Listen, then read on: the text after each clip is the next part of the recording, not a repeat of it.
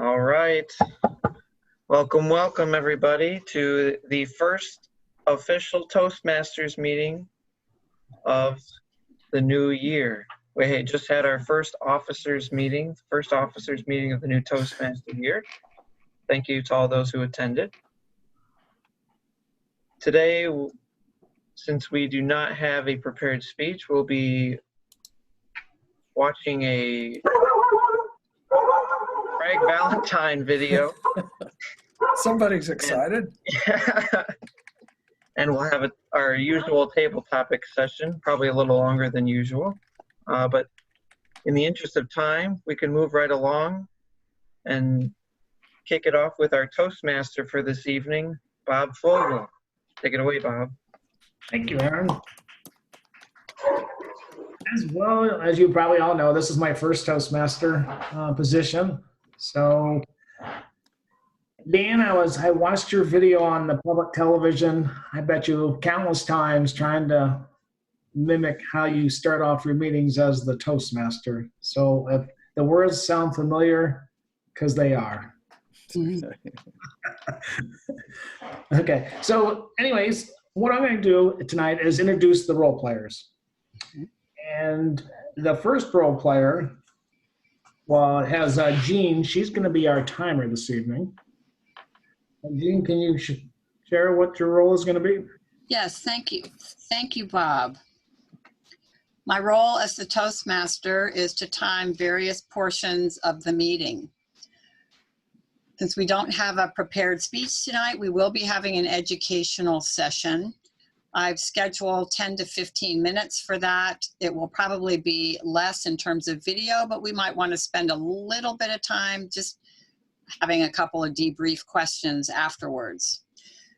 In terms of our table topics session, table topics are 1 to 2 minute speeches. The green card, Dan is going to get those for me. The green card is going to go on at 1 minute, the yellow card at 1 minute 30 seconds, and the red card will be at 2 minutes.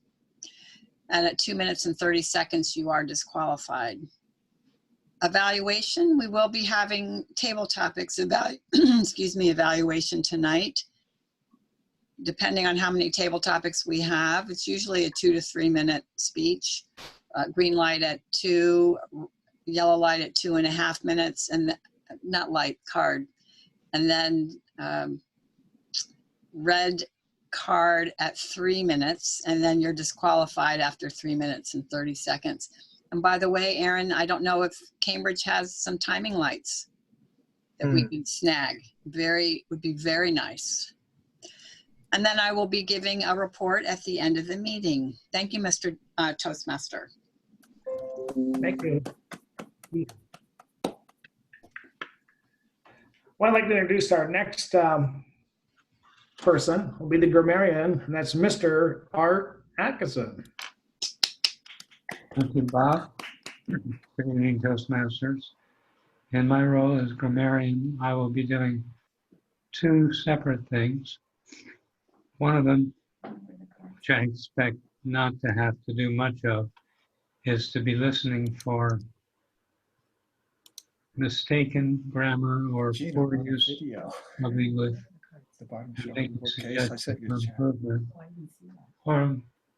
or particularly favorable or beautiful use of language also.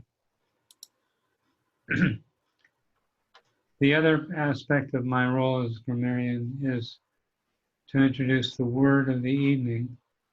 And being that the theme of the meeting is food and time for food, I have chosen the word piquant,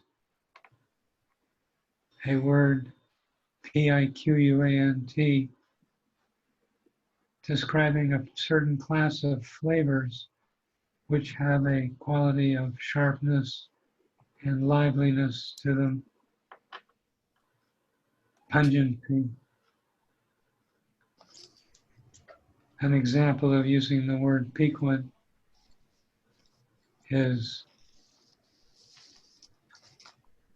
the pasta dish was delicious because of a piquant dressing on the pasta. Back to you, Mr. Toastmaster. Thank you. We'll give a brief report at the end of the meeting. Thank you. And our next role player will be Carmen Anacona, and she will be our awe counter.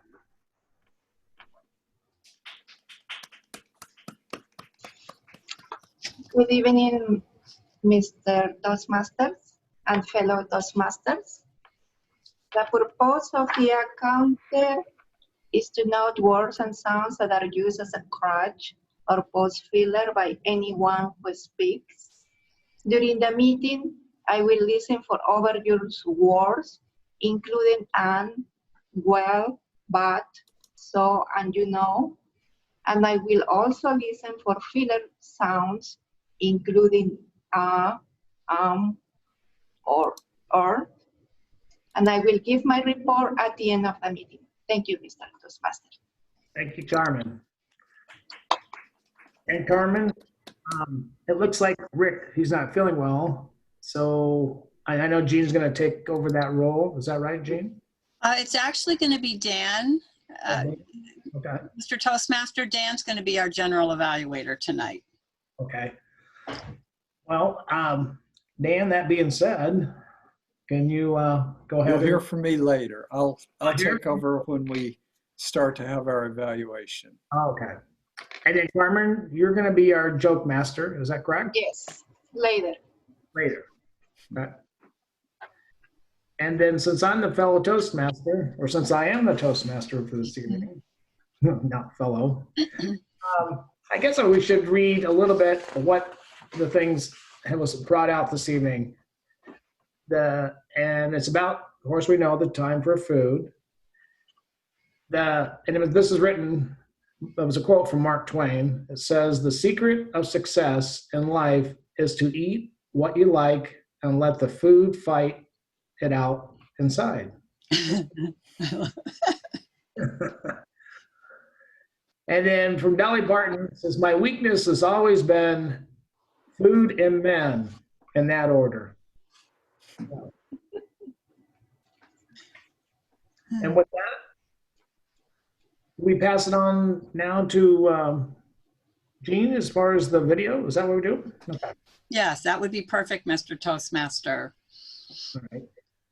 Tonight, we're going to have 2 separate skill building sessions with Craig Valentine, our mentor, 1999 world champion of public speaking.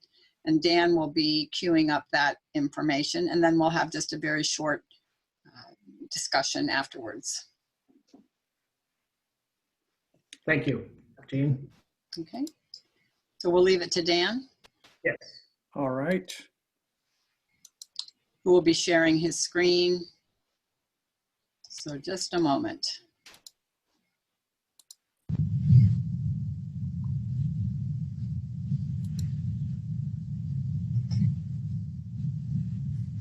What was the title, Dan? Now that I've gone into full screen, I'll have to go back out. The story Step Out. Okay. It's helpful to see that, okay.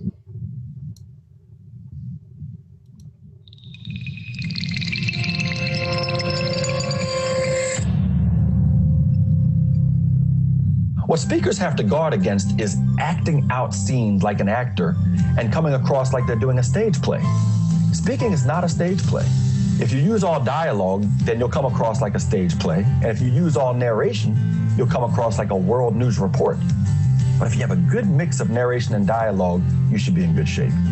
We'll focus on that mix in a separate lesson, but here's one delivery tool you can use to break up your story, stay connected with your audience, and avoid the stage play syndrome. It's what I call the story step out. What does it mean? It means you step out of your story space, look directly at your audience, and have a conversation with them. Then, after that conversation, you can step right back into your story space and continue the journey. Take a look and see if you can tell when I do my story step out. 1996, I'm on a flight from LA to Baltimore. That's a 5-hour flight, 1996, 5-hour flight. As soon as I sit down on the flight, a guy sits next to me. And I remember thinking, wow, this guy looks like an older version of me. Wonder what he does for a living. 5 hours of the flight. The first 4.5 hours, we say nothing to each other. And the last half hour of the flight, he turns to me and says, how you doing? I said, I'm fine. You know, I've been here the whole time. And this is exactly what he said. He said, listen, I'm sorry I didn't talk to you earlier, but if you were boring, I didn't want to be stuck talking to a boring person for 5 hours. And I knew exactly what he meant, because I'm the same way. Now, what do most people do or ask you when they want to start a conversation on a flight? Yeah, what do you do? Coming or going? He didn't say that. He looked at me and said, what do you want to do? I said, well, right now I'm an events planner, and eventually I'd like to be a professional speaker. I said, why? What do you do? He said, I'm a professional speaker. I said, you are?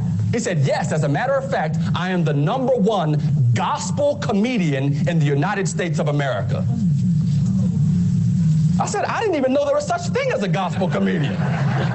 He said, that's why I'm #1.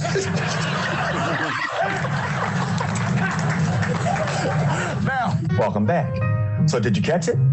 It's when I stopped looking from character to character and turned my head and eyes to look directly at my audience, and I said, what do people usually say when they try to start a conversation with you on a flight?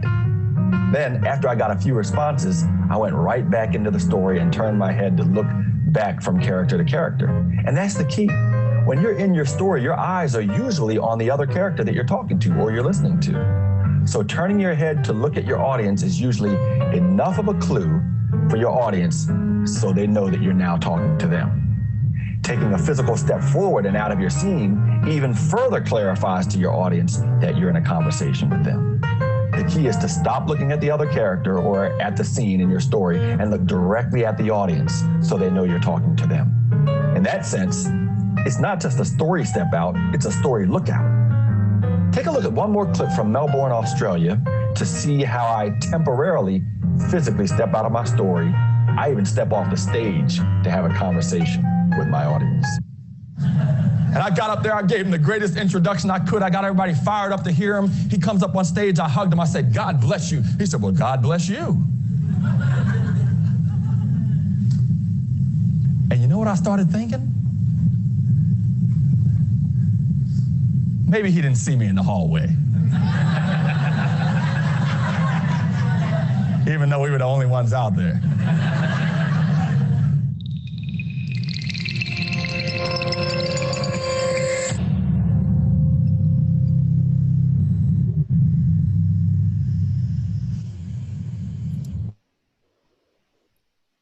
So is there any discussion on that little video segment? That is one of the best of Craig that I've seen in terms of the production values, which always distract me, that the soundtrack doesn't match what his lips are clearly saying Well, in other ones. But this time it was pretty well synced up, and I could concentrate on his ideas. I really think it's quite interesting to think of having a dialogue between, two characters, and then to just step forward to the audience and say, ask some question or some clarity. That's very interesting to me. I could see how that could really make it a stronger story. I was too. Anything else, Jean? Or should I go to the second one? Well, just again, Craig is always telling us how to enhance and refine our ability to tell stories. And some people may say, well, I don't know, I don't really tell stories. I talk to business people and things like that. But the point here that we're always making is that stories are actually woven into just about every kind of talk that you can give, and they actually anchor the points that you are making, regardless of what type of talk you're giving. Sometimes if you're giving something very technical and dry, the story actually feels like a breath of fresh air, a little bit of a pause, a relief, and helps everybody then focus on the next phase of something that's more dry and analytical. So the power of stories is something that we're always looking at, and Craig is just a master at helping us. So let's go ahead to the next one. Okay. This next one is called Reasons for Moving. And Jean and I talked about it briefly. It's a little funny to look at this video and consider how we could use it in a Zoom meeting because it's about moving on the stage.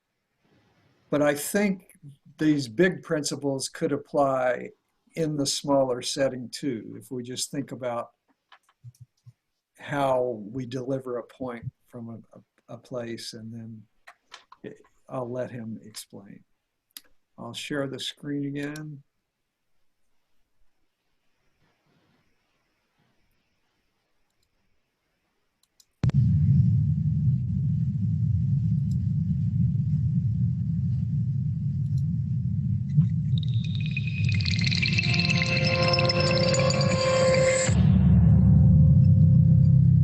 Most speakers do one of two things when it comes to using the stage. Either they stand completely still most of the time, or they pace back and forth most of the time. Neither one is ideal. Keep in mind what Patricia Fripp told me, and again, I'm paraphrasing, but she said something to the effect of, people won't remember what you say as much as they'll remember what they see when you say it. In other words, we need to make our speeches visual. Part of how we do this is with our words, but the other part is through our movement. My advice for movement is this: do what the story tells you to do. If there's action in the story, do what the story tells you to do. If there are 2 locations in the story, set up a spot on the stage for each location. If you're telling a story about standing in line, guess what? You probably won't need to move as much. Take a look at the video for a lesson on what I see are the 2 major reasons for moving on stage. At the end of it, ask yourself, where will I place everybody and everything on my stage for this specific story? You'll see what I mean. This video gives you the lesson, so I'll see you in the next lesson when we move on. Now, here's how I used to tell this story. I'd be walking back and forth. I created my scene, but then I'd walk back and forth like this, telling the story the same exact way. If you walk back and forth, what does that do to your scene? Demolishes it. And sadly to say, most speakers walk all over their scene. We have to move with a purpose. And there are 2 major purposes for movement. The first major purpose for moving is this: an action in your story prompts the movement in your speech. An action in your story prompts the movement in your speech. In other words, I gotta go talk to my wife about this. Here's my wife. Okay, and I looked him in the eyes and I came back, so I transitioned. You've got to remember where you put everybody and everything. This is very important. As Walt knows, because he's been to some boot camps. We do speaker boot camps around the country, and one time I had a guy come up and do his speech, and it was a very touching speech, very touching. His uncle passed away, and they held the funeral right here.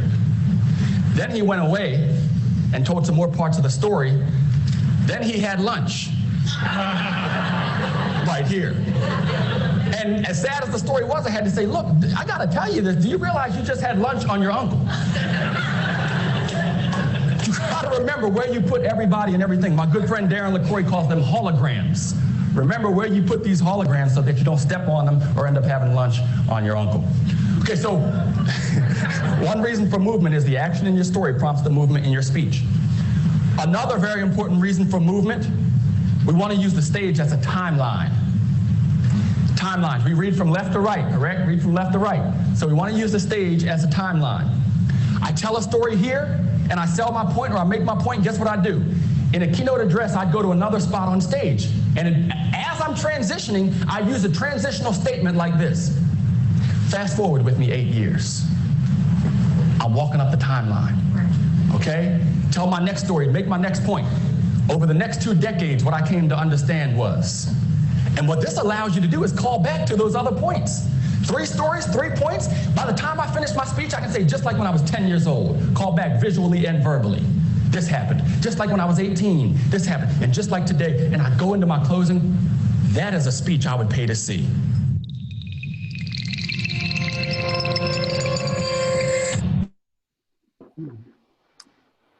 We're back. Yeah. To me, that's the classic Craig Valentine. The Yeah. first time I ever saw him, it was a long lesson on how to use the stage. I think he's considered one of the innovators in that area. So a question would be, here we are, this is what Dan and I talked a little bit about. Here we are in Zoom world, in our little boxes. But we felt that you can still take those points that Craig was making and still just make them in a smaller dimension. If you have your, if you want, my hands are reversing, but anyway, if you have a point here and then you have a point here, and somehow use your hands and your, I don't know, you almost have to just use your hands, but maybe throw it out to you guys, like how can we use what he just was talking about when we're online? What are some creative ways to have that appropriate movement? And let's see, let's get somebody other than Dan. Bob? You can get a chair with wheels. Yeah. You could, and zooming out from my, okay. See you later. How's that work? It's an option. I like the old barber shop thing, you know? Spin them around. There we go. That's fun. Dan, you had something? Dean? I was just going to say, I'm intending to give my next speech standing, so I'll have a little bit of a stage, Okay. being further back from the camera. Mm-hmm. So how will you modify your presentation, given that we're, maybe we all want to be on speaker view at that point, and that'll give you a little more room, but still somewhat Well, that won't give any more room to the picture that I'm in. Just expand it. Yeah. expands it. Okay. So How about moving a laptop? If you're using a laptop or a smartphone to zoom in, you could actually move the machine, which would cause the things behind you to show your movement. good thought. I think Bob? you need another person, right? If someone is going to just be recording you or just filming you. If someone's going to be recording you, you say?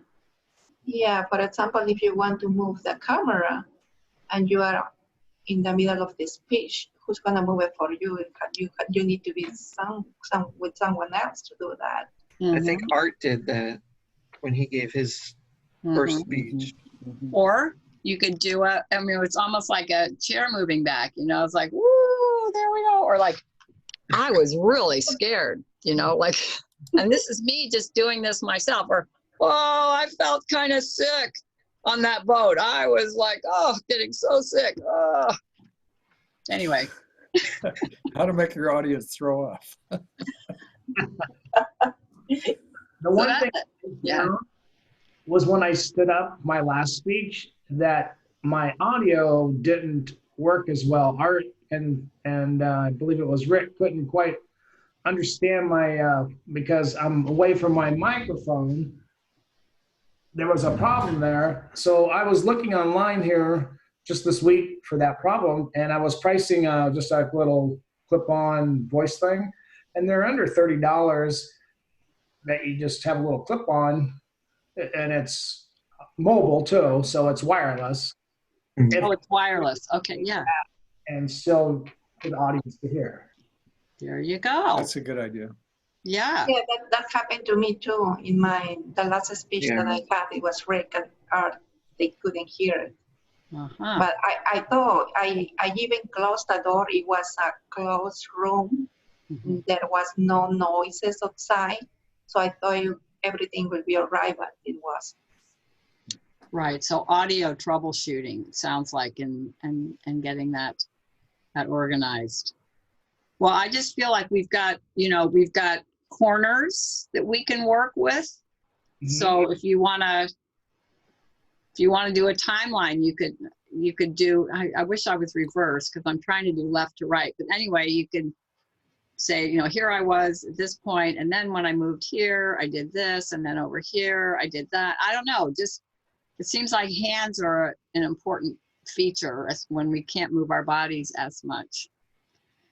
But it's food for thought, and eventually we will be back on a stage or a open area. And so his comments about the holograms, making sure you don't step on your scene or have lunch on your uncle, I think are pretty good. So I have a question. As Craig was talking, I was thinking, how could this be applied to either of the story step out, either of the talks?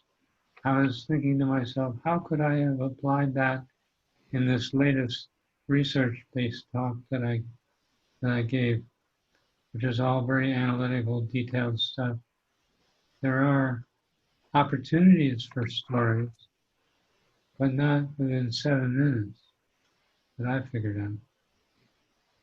I'm interested in any opinions people have of where I could have incorporated any of the ideas from Craig that we just saw.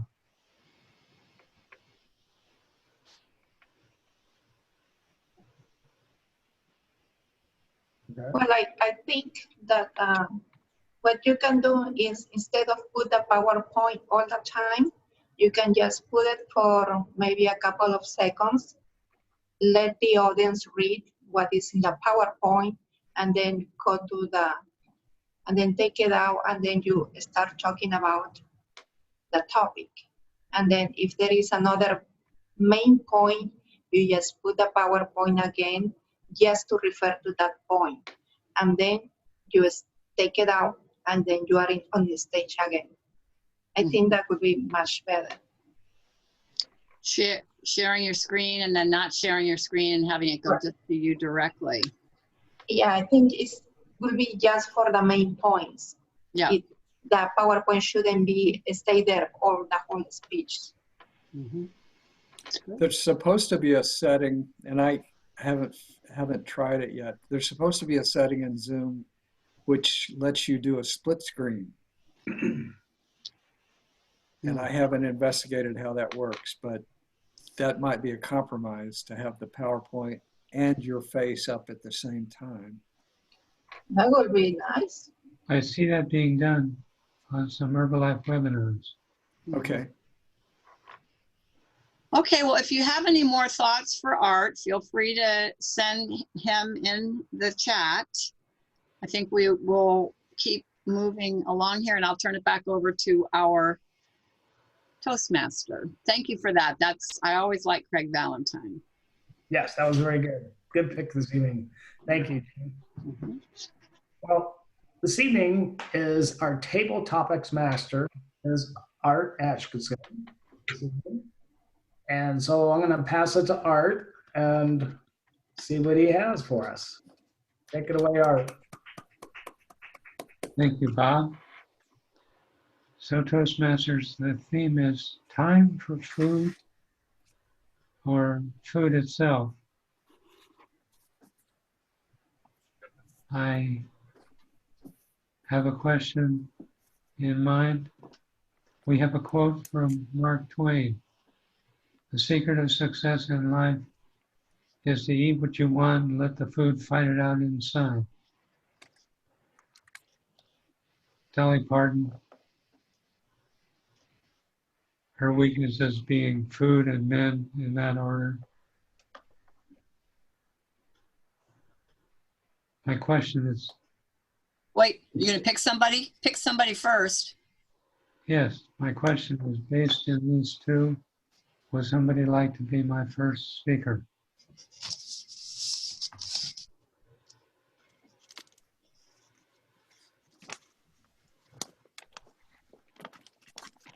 Don't everybody rush into one. Yeah.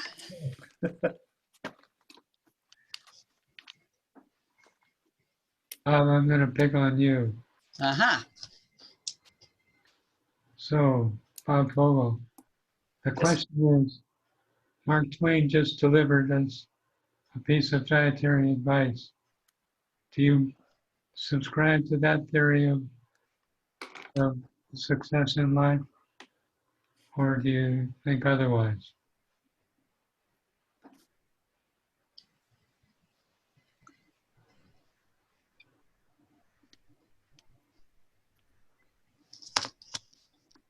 That's directed to me, right, Art? Mhm. Okay.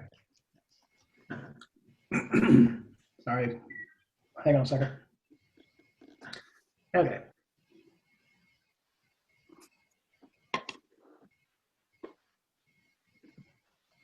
I would agree with Mark Twain. I consume books, tapes, people, everything I can get my hands on to better myself. I always thought that when I reached a certain age that I would quit learning, so to speak, or I would know enough to stop learning. And I found out that a lot of people, they do stop learning. And I know a lot of people in my circle that stop learning, but they keep having that same diet and they don't get the chance for it to mix up inside their guts to find out what's going to come out. I'd like to have just sweets all the time, but that's not life. So you got to get in there and try a little this and try a little that. Well, in doing so, you meet different personalities and you digest them. And when you digest those different personalities, it stretches you to find out who you are and what strength I have and what capabilities I have to keep my focus on who I am and who I'm supposed to be without letting them overtaking me, but at the same time, take a little bit of a taste or a little bit of flavor from them to create my own, in my own body, my own soul, my own mind, my own heart, and come out with the mixed up, but still the perfected personality that I'm supposed to have. Thank you, fellow Toastmasters. Hey.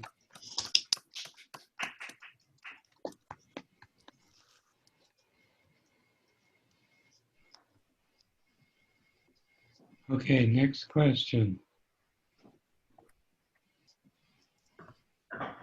Who'd like to go next?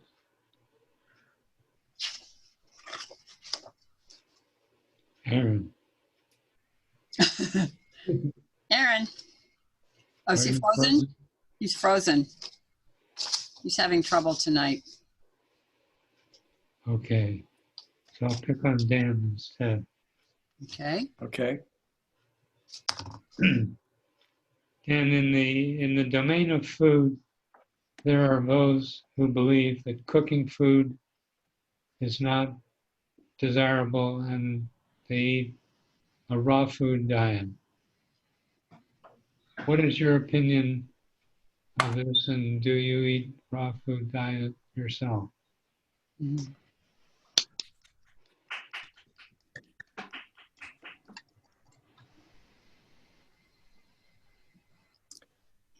Mr. Topics Master, fellow Toastmasters,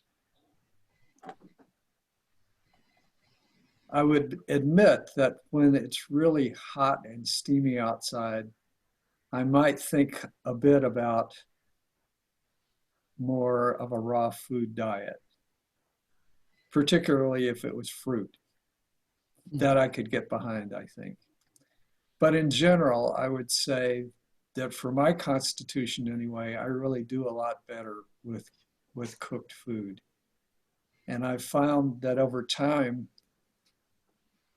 I really don't like much raw food at all. I'm not a person that really says, oh boy, let's have a salad. I just sort of go, no, thanks. Now, if my dog is hanging around looking for a treat, I'll chop up carrots and give him little carrots. A good low-cal way to reward your dog.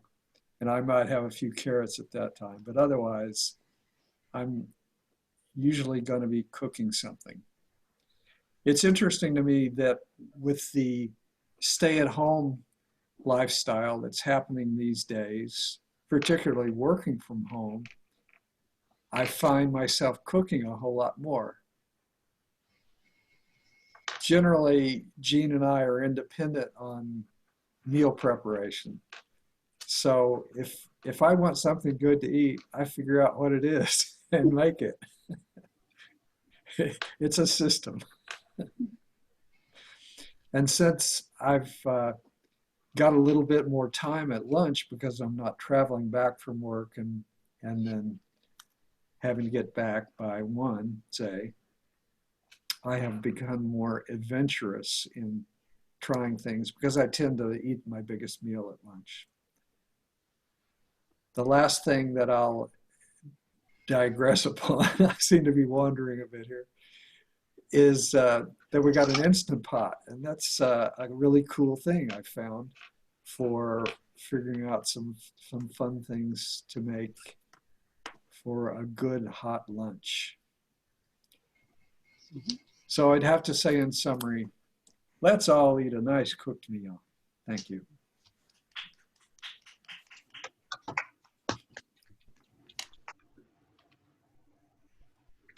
Well, Dan anticipated my next question. Who would like to be my next speaker? Jean. Okay, now that means I can try to time myself as well. So let's see. I can time you if you want me to, Jean. What? Would you like me to time you? Can you'll do that? Okay, that's great.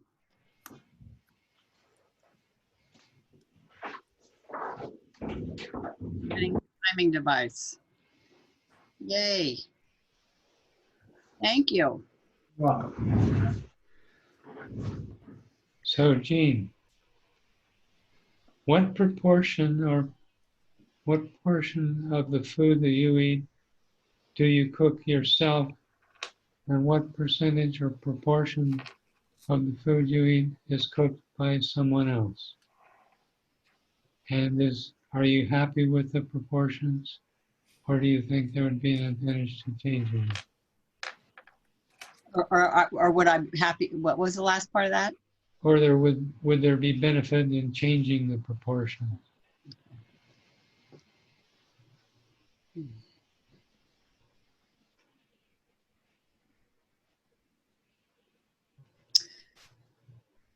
Thank you, Mr. Table Topics Master and fellow Toastmasters. I'm pretty much self-sufficient with my eating. I have a rather standard diet and I don't cook. I'm really not a cook person. I have some key things that I can make. I have a little dish that I can whip up eggs in and put olives in and put a lid on it and stick it in the microwave and it toodles away and then it comes out and it's all done. It's like instant food. I also, in my more adventurous moments, I take soup, a nice can of Amy's soup, and I add all kinds of stuff to it. So I turn it into my own culinary creation. But it's pretty simple. I eat a lot of popcorn. I eat a lot of Herbalife shakes. And now that Dan is cooking, I'm eating more because Dan will kindly offer to give me a portion of something he's cooked, which is often very good. He cooks excellent cornbread. He's really into cornbread. He cooks with that Instant Pot, rice and chicken. And I come in here and here's Dan just, you know, just really having a good time in the kitchen. I love to eat. I don't really want to cook. Now that the restaurants are closed or they're very limited, that would be where I would have been getting food prepared by others. I love to dine. Yum. I love food. I'm like Dolly Parton that way. I don't know if it's the same order, food and men or men and food, but food is an important piece. I just don't want to spend the time and the effort to shop for it, to cook it, to clean up after it, and then you have to do it again. It's not like you can be a snake and just not eat for a week after you've gorged.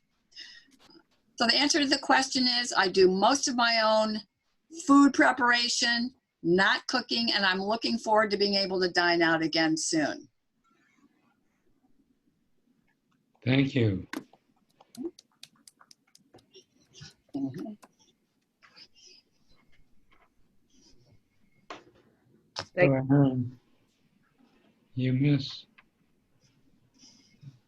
were my target while you were gone. Ooh. Yeah. So you're next. Can Hopefully I you, won't. yes, coming off mute will help.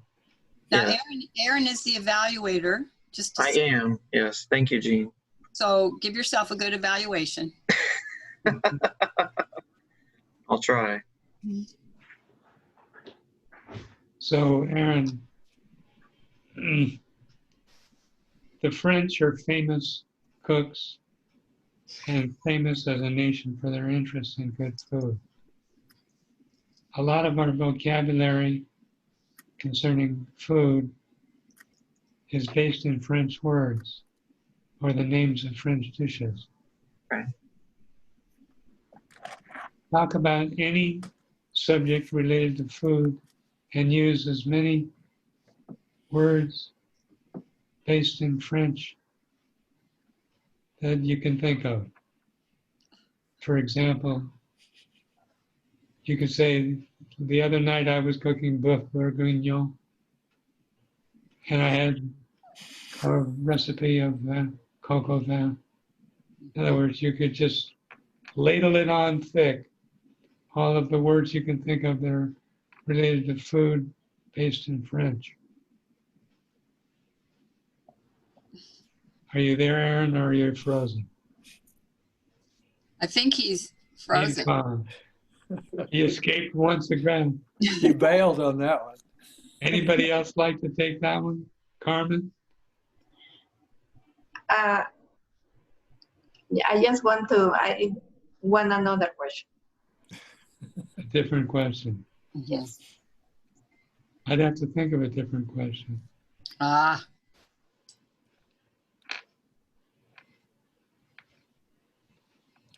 Okay, Carmen.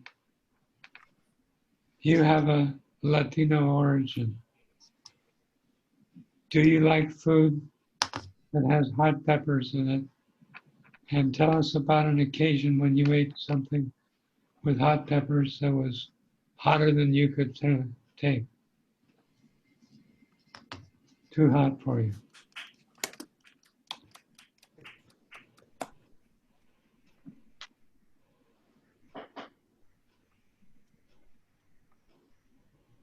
Thank you, Table Topics Master, fellow Toastmaster. Actually, I am Latina, but I don't like spicy food. It's kind of weird because in my country, they usually getting used to spicy, but in my home, my mom used to separate the chili or the spicy sauce from our dishes. That's why I never reach my hand out into that kind of spicy or red sauce because I didn't like it. And it stays like that. Now, my son, because my ex-husband was Japanese and he loves the wasabi. Now my son likes spicy food and now he's kind of cooking. So because he's cooking now, he's preparing his delicious dishes with a lot of spicy for me. So even though I can taste it a little bit, that's it for me. And of course, he says, Mom, I'm not gonna put a lot of spicy next time. But it doesn't matter. He always forgot it. And I always pick only one and that's it. So all that cook is just for him, not for me. That's it. Thank you. That was really good.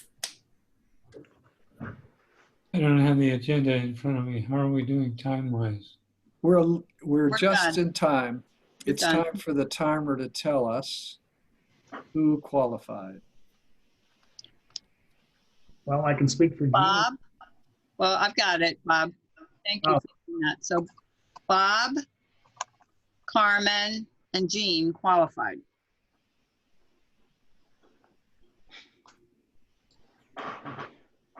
Thanks, Jean. So you should send a chat to Bob with your vote. Oh, yes.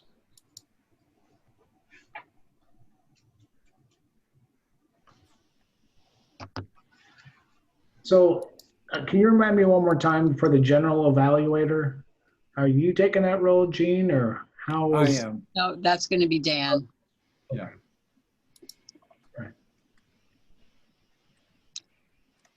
So we have 2 minutes to send these over to me so I can post No, or?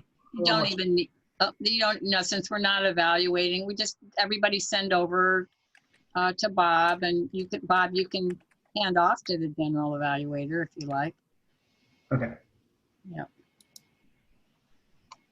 Doing a great job.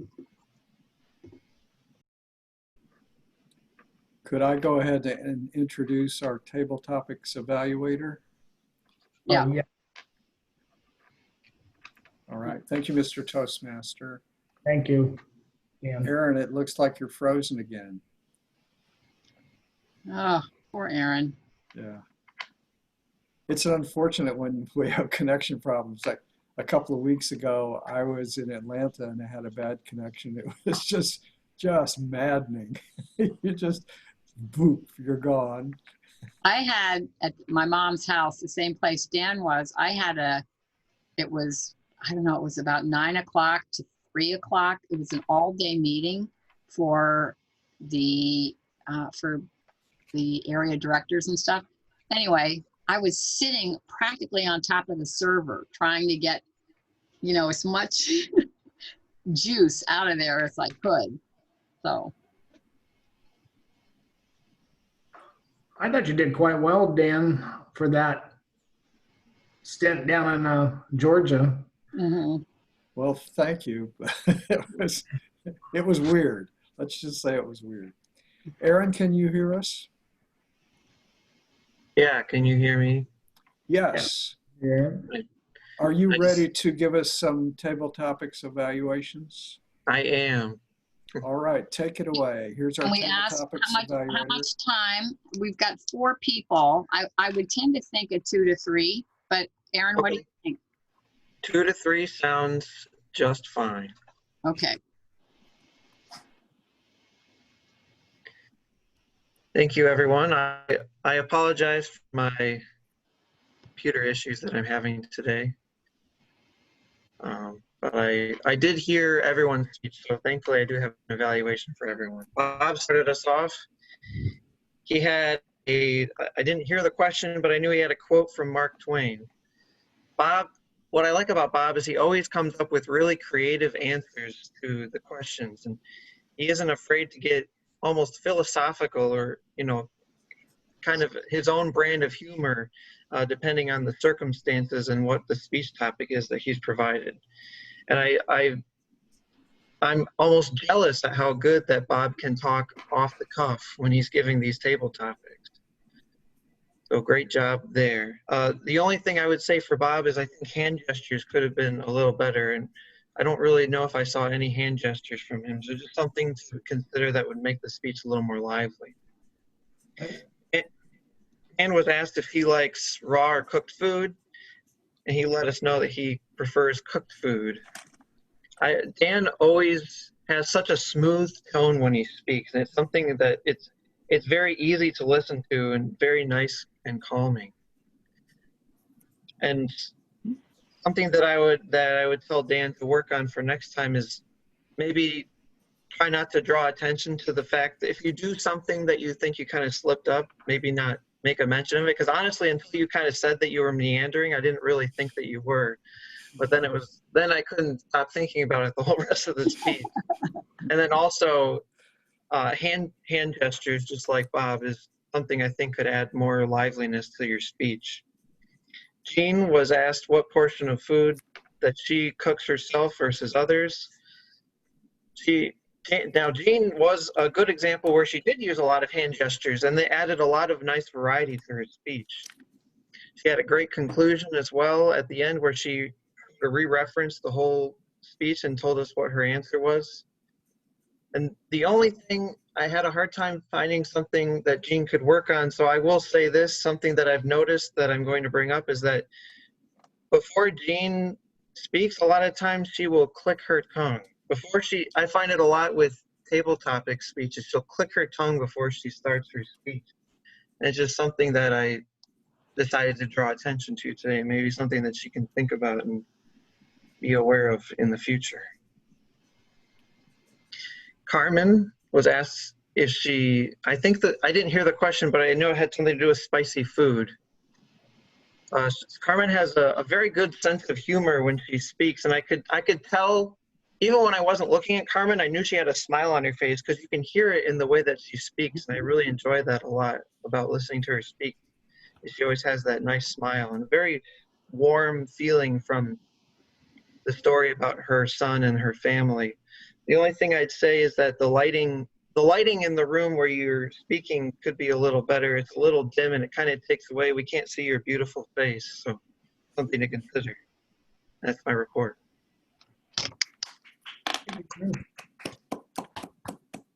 Thank you, Aaron. Even without the picture, it was still good reporting. Hey, there we go. Very good. All right. There we go. Yeah, now I'm sure I'm going to be cut out as soon as. Aaron was our only evaluator tonight, so we don't need to vote for best evaluator. But Madam Timer, did he qualify? He did. Okay, that's good to know for the exciting stuff at the end. I think that's going to bring us to the point of having our reports. Okay. Jean, why don't you give us the timer's report, please? Thank you, Mr. General Evaluator. Table topics, speakers were as follows. Bob, 1 minute, 58 seconds. Dan, 2 minutes, 35 seconds. Jean, 2 minutes, 21 seconds. And Carmen, 2 minutes and 4 seconds. Aaron, as the table topics evaluator, was 3 minutes and 21 seconds. And that's my report. Jean? And next. Bob, I'm calling for the reports at this point. Yeah. Who is our counter tonight?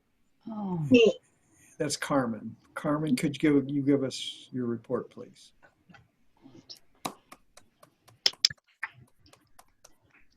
My report for tonight is Art, he was clean.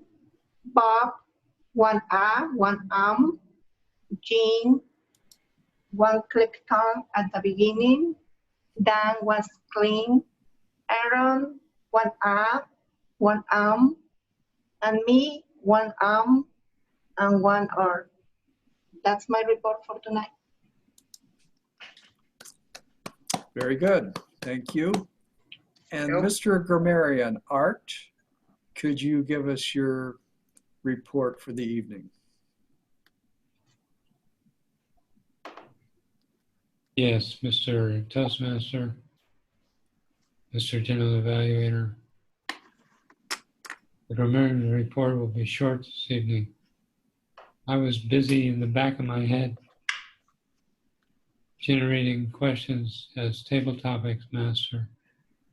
I didn't hear any particularly felicitous English, any beautiful things, nor did I hear any that sounded grating or needing correction. And the word piquant did not come up in anyone's presentations that I could hear. That is my report. Thank you, Art. You have to admit, piquant is an interesting word. Sometimes things just don't sprout. You scatter the seed, sometimes it just doesn't grow. Aaron, you escaped a humdinger of a question. Yes, Aaron using his French phrases.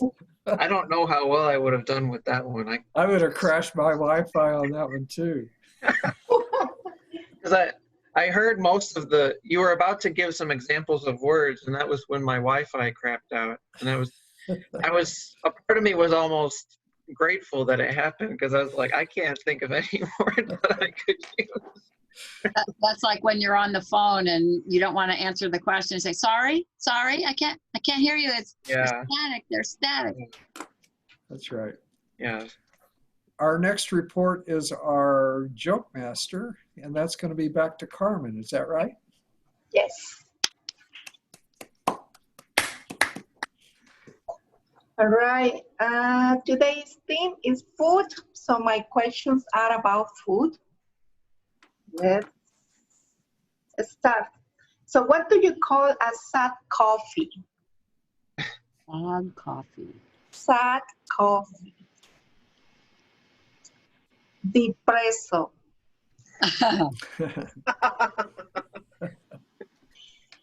What do you call a fake noodle? A fake noodle? Fake noodle. Impasta. Ah, very good. That is good. What is a tree's favorite soda? A tree's favorite soda. Root beer. There you go. All right. What vegetables do sailors hate? What vegetables do sailors hate? Leeks.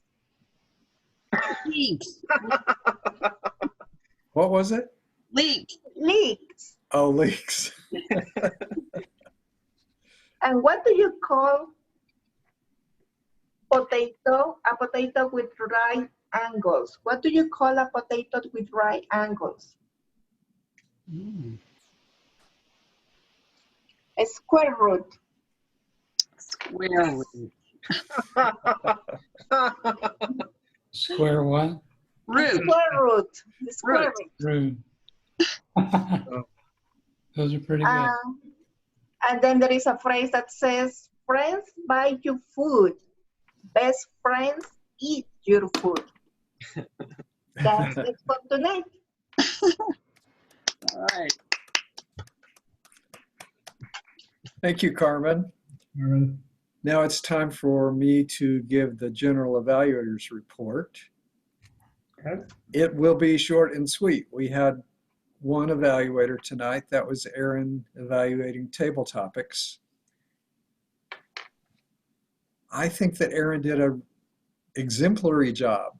Table topics. Every speaker that he evaluated got praise and enthusiasm, and every speaker got a suggestion for something to do better. In that way, I think that evaluating table topics is a good way to learn how to give a balanced evaluation. You've got very little time, but if you can zone in or hone in on something good and something that could be improved, that is really good. What happens a lot with table topics evaluators is that one or two people, they say, I just can't think of anything. But Aaron managed something for everybody, even getting a tongue click for Jean as a suggestion. Yes, what Jean could do is mute her video, her audio, until she gets past the tongue click. Just a technical possibility. Aaron was praising Bob for his creative answers, his ability to philosophize, get almost poetic in his answers. It was obvious that he really enjoys listening to Bob give his table topics. He told Bob to use hand gestures. He also told me to use hand gestures. And in the spirit of Craig Valentine, I think we do need to remember we shouldn't just be sitting in our chairs. We're still delivering a talk. So those were good things to bring up. He told me that he enjoyed my smooth tone. Well, thank you, Aaron. Jean, he praised for hand gestures and for a good conclusion. I think for table topics, that is the mark of a really well-developed one, when you can go through the things and then wrap it all up. So I would agree that Jean did very well in that place. And then Carmen, he was praising for her smile and her humor. And interesting suggestion for Carmen is make your room brighter. I will buy a light bulb next time. All right. Because Carmen, one is born, there should be two. yeah, One is born, so I don't you know. need the other bulb, Carmen. And maybe a lamp next to you somehow. All right. Okay, I will buy it. I will buy it. And the only suggestion I can think of for Aaron in delivering his evaluations is to give us a little bit different pacing now and then. Just the idea of a few pauses or speeding up on some part of it. Give us a little variety in your delivery. But overall, very, very nicely done. Thank you. Thank you, Dan. I'm going to give the meeting control back to Bob. He's going to announce the winners for the evening. Can we get a drum roll, please? Our lovely winner this evening is Miss Jean. Oh, Craig. right back at you, Bob. Right back at you.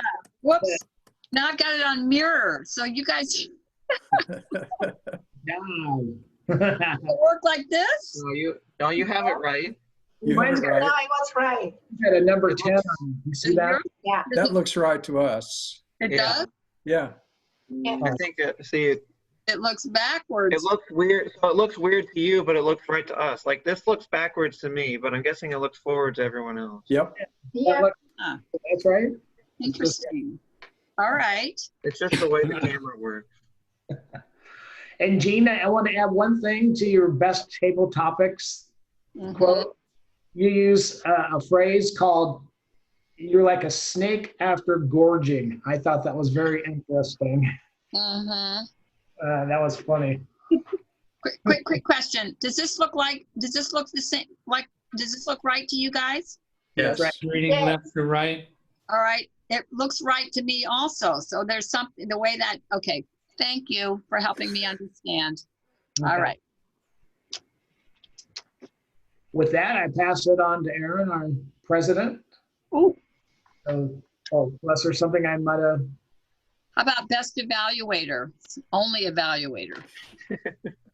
Best evaluator. Go ahead, Aaron.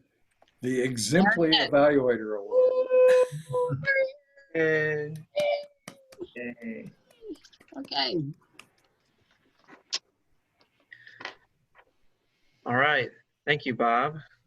Welcome. Thank you all for a successful meeting, especially with only 6 of us. Everyone stepped up to make the meeting flow smoothly. Something we had talked about in our officers meeting is pathways goals. A major part of the Distinguished Club program includes goals, and now Pathways is the only Toastmaster education program. So be thinking about what goals you have for yourself for how far you want to get through pathways. And I would like to take some time to talk to each club member individually, just to talk about your pathways goals and your goals in Toastmasters in general. I think that at some point I would like to have a one-on-one with everybody, but just be thinking about where you can easily see yourself getting as far as your goals. Like Bob, for example, I think you have one goal, you have one speech left in your level 1 until you're done with that. Yes. So yeah, other people be thinking about, how many speeches you have left, or if it'd be feasible to get to level 2 or level 3. And in saying that, also their District 19 has sent out membership awards, and one of them is called the Triple Crown. That's if you get 3 paths in 1 year, then you get, I didn't write that down. You get Levels, isn't it, Aaron? It's oh levels. yeah, three levels. That's what I meant. If you complete 3 pathways levels in the year, then you will get a pin, a Triple Crown pin, or an alternative Toastmaster item, and be recognized at the 2021 Fall Huddle. Mhm. So there's a stretch goal for everyone, is to complete 3 paths. I think it's definitely doable, especially for someone like Bob who's on level 1. And I'd like to harken back to my speech that I gave as the president, in which I noted that if all of us set a goal for ourselves to do a speech once every 2 months, then we will have at least 1 speech at every one of our meetings. I'd like everyone to, and I don't think that's an unreasonable goal to have. I'd like everyone to use that as a baseline, and maybe even go further than that if that's what you'd like to get out of Toastmasters. Is there a maximum, I guess is the word? So in other words, say I want to give my speech next week, and then I'm gung-ho, want to give another speech the following week. I mean, do you separate it out, Aaron? Or? There's no limit. You can give as many speeches as frequently as you want. If you gave a speech once a week, you might experience a little bit of burnout, but it's definitely something that you can do if you want to. Okay. Go ahead, Jean. I was going to say, it used to be that we had more people wanting to give speeches than we had slots. So that would be a case where we would have to let other people go in. But as long as we have the open lanes, you're free to do that, as long as you also feel like you are able to give it the time and the attention to do it correctly.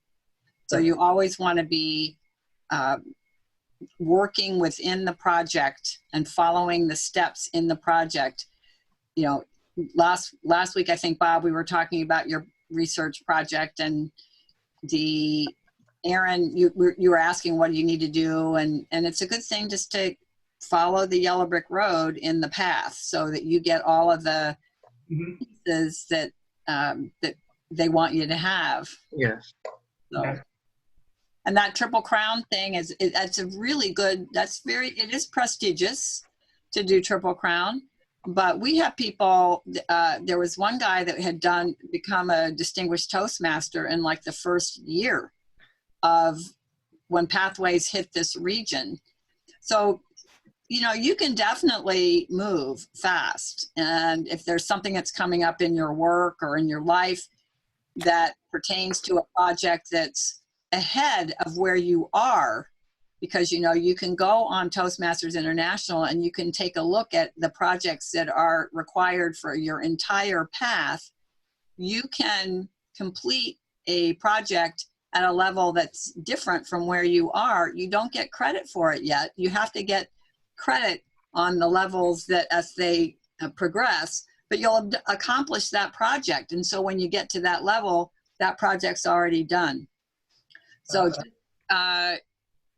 you know, and if you go to other clubs, and of course, as with Zoom, you can request to attend and actually give speeches at other clubs. And really the prolific speech givers in the district belong to several clubs, or they'll come in and they'll give a speech at a local club and make progress on whatever path they're on, which is kind of fun, because then you don't have all of us who, maybe you get tired of looking at us every week, but you have somebody you have a whole different group of people, and kind of ups the adrenaline a little bit.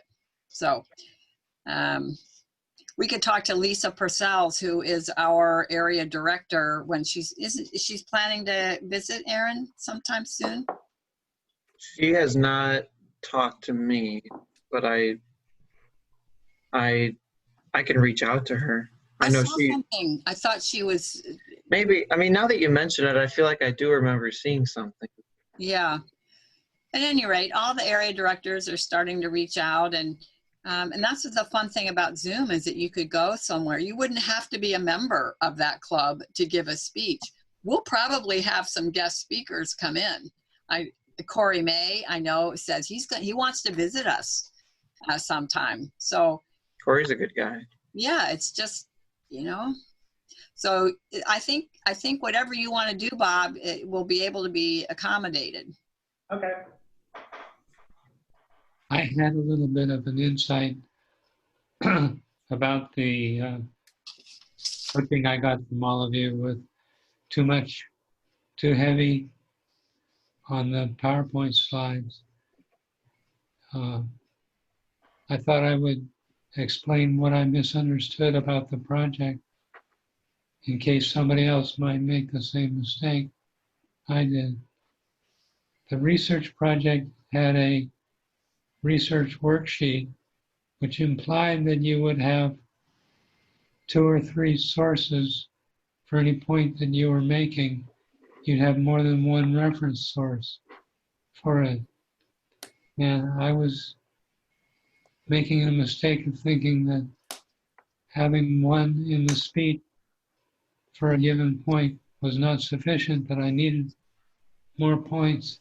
And so putting them on the PowerPoint slide was my way of not taking any more time to speak about it, but to have a second and third reference for each of my major points, which was a bad decision in the end for the reasons that you all said. And I misunderstood that the project really didn't require it. Mm-hmm. So? Yeah, that's a good point. One relevant reference would have been enough for any point. Well, and also too, if you've got something that perhaps could have opposing views, you might want to, give additional sources to support your point. If you have one person who's saying something, that's one thing. If you have several different experts or statistics or whatever that support your point, again, it's all about building credibility. Yeah. I think we're about at time, Aaron. Yeah, I was going to say that. Mm-hmm. If I'm more than happy to continue the conversation, but I know that some people would like to maybe move on to their night. So thank you everyone for attending this meeting, and we'll see you all next week. Okay. Thanks everyone.